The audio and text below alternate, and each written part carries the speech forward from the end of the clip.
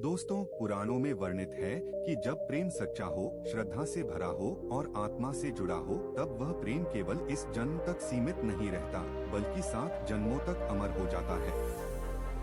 ऐसा ही अमर प्रेम था आदिशक्ति माँ पार्वती और देवों के देव महादेव शिव का। यह कथा सिर्फ प्रेम की नहीं, बल्कि संकल्प, त्याग, भक्ति और धैर्य की भी कहानी है। यही कारण है कि आज भी जब पति पत्नी विवाह के पवित्र बंधन में बंधते हैं, तो 7 फेरे लेते समय यही आशीर्वाद मांगते हैं, हम 7 जन्मों तक एक दूसरे के साथ रहें। पर क्या आपने कभी सोचा है कि 7 जन्मों तक साथ रहने का बीज कैसे और क्यों पड़ता है?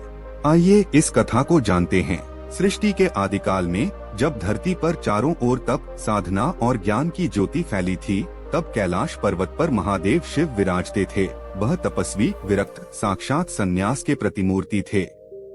उनके शरीर पर भस्म, गले में सर्पों का हार, सिर पर चंद्रमा और जटाओं में बहती गंगा। वे स्वयं स्थित समस्त सृष्टि से तटस्थ थे। पर वहीं दूसरी ओर राजा हिमालय और रानी मैना के घर एक दिव्य कन्या ने जन्म लिया, जिसका नाम पार्वती था। उनकी आंखों में करुणा की गहराई थी और हृदय में महादेव के प्रति एक अनूठा आकर्षण था। ऐसा मानो जन्म से ही उनके रोम रोम में शिव बसते हों।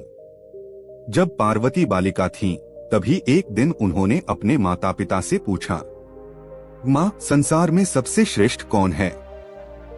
माँ मैना मुस्कुराई और बोली, बेटी, देवों के देव महादेव सबसे श्रेष्ठ हैं। वे सन्यासी हैं, परंतु वे करुणा के सागर भी हैं। उस दिन से पार्वती के हृदय में एक अटल निश्चय जाग उठा, मैं शिव को ही अपना स्वामी बनाऊंगी। वे जानती थीं कि यह मार्ग सरल नहीं होगा। शिव कोई साधारण देव नहीं थे। वे वैराग्य के परम प्रतीक थे, जो संसार के मोह से परे और गहन समाधि में लीन रहते थे। परंतु प्रेम में जो शक्ति है, वह सारे ब्रह्मांड को भी झुका सकती है। पार्वती ने संकल्प लिया, मैं तप, साधना करूंगी, शिव को पाने के लिए अपने अस्तित्व को भुला दूंगी। पार्वती ने अपने राजसी जीवन का त्याग कर जंगलों की ओर प्रस्थान किया। वे घने वनों में भीषण गर्मी, वर्षा और सर्दी को सहते हुए एकाग्र मन से केवल महादेव का ध्यान करती रहीं। दिन बीते, महीने बीते, वर्ष बीतने लगे। शुरुआत में वे फल फूल खाकर तप करती रहीं। फिर धीरे धीरे जल भी त्याग दिया। अंत में वे केवल वायु पर निर्भर रहने लगी। उनका शरीर क्षीण हो गया, लेकिन हृदय की आस्था अडिग रही। वन में रहने वाले ऋषि मुनि उनके अद्भुत तप को देखकर चकित रह जाते। देवताओं ने भी उनकी तपस्या से भयभीत होकर भगवान विष्णु से कहा, प्रभु, यदि पार्वती जी की तपस्या सफल हो गई, तो ब्रह्मांड में अद्भुत शक्तियों का उदय होगा।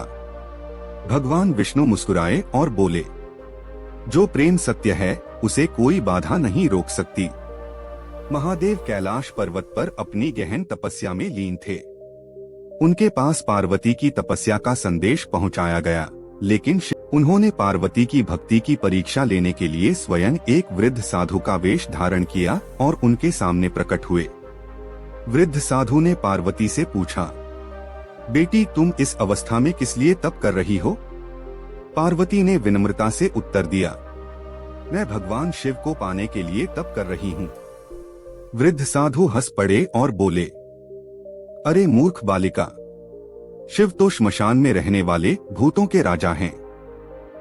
उनका कोई ठिकाना नहीं, कोई परिवार नहीं। तुम राजकुमारी हो, तुम किसी सुंदर, योग्य पुरुष से विवाह करो। पार्वती के नेत्रों में आंसू आ गए, पर उनकी आवाज दृढ़ थी, मुझे संसार का कोई वैभव नहीं चाहिए। मुझे केवल मेरा शिव चाहिए, जैसा वह है वैसा ही।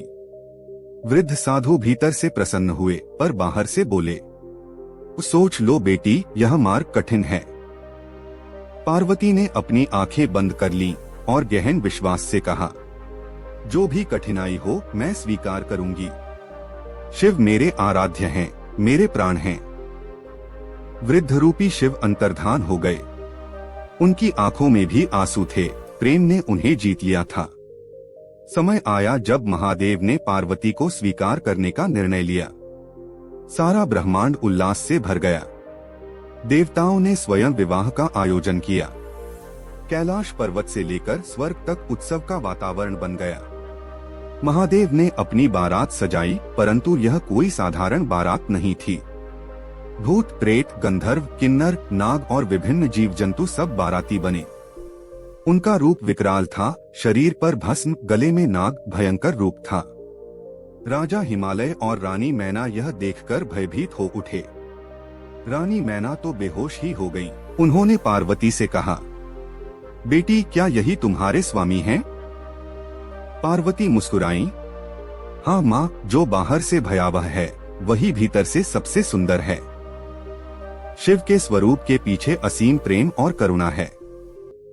पार्वती ने स्वयं गंगा जल छिड़ककर महादेव के विकराल रूप को शांत किया। शिव ने अपने स्वरूप को सौम्य कर लिया। अब वे अद्भुत तेजस्वी वर लग रहे थे। मंत्रों की गूंज के बीच विवाह संपन्न हुआ।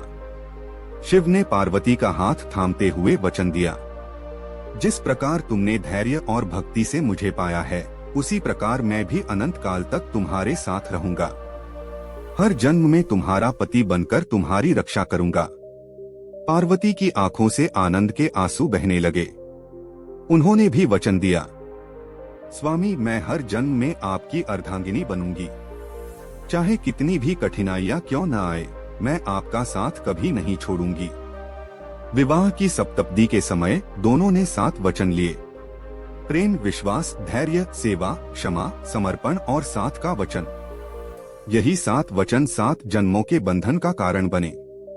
जब वर और वधू अग्नि के साथ फेरे लेते हैं, तब वे सिर्फ इस जन्म के लिए नहीं, बल्कि 7 जन्मों के लिए बंधन में बंधते हैं। हर फेरे में एक प्रतिज्ञा होती है, साथ निभाने की, एक दूसरे के दुख सुख में भागीदार बनने की, धर्म और प्रेम में अडिग रहने की।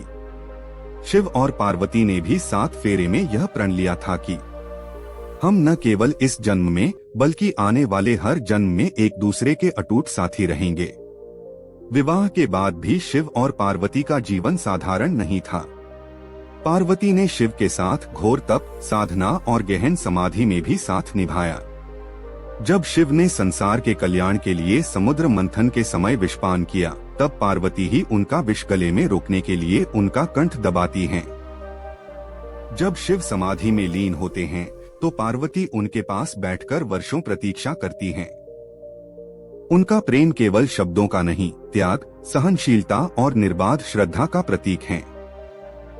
आज भी जब संसार में कोई विवाह होता है, तो वरवधू से कहा जाता है, जैसे शिव और पार्वती ने 7 जन्मों तक प्रेम और धैर्य से एक दूसरे का साथ निभाया, वैसे ही तुम भी साथ निभाओगे।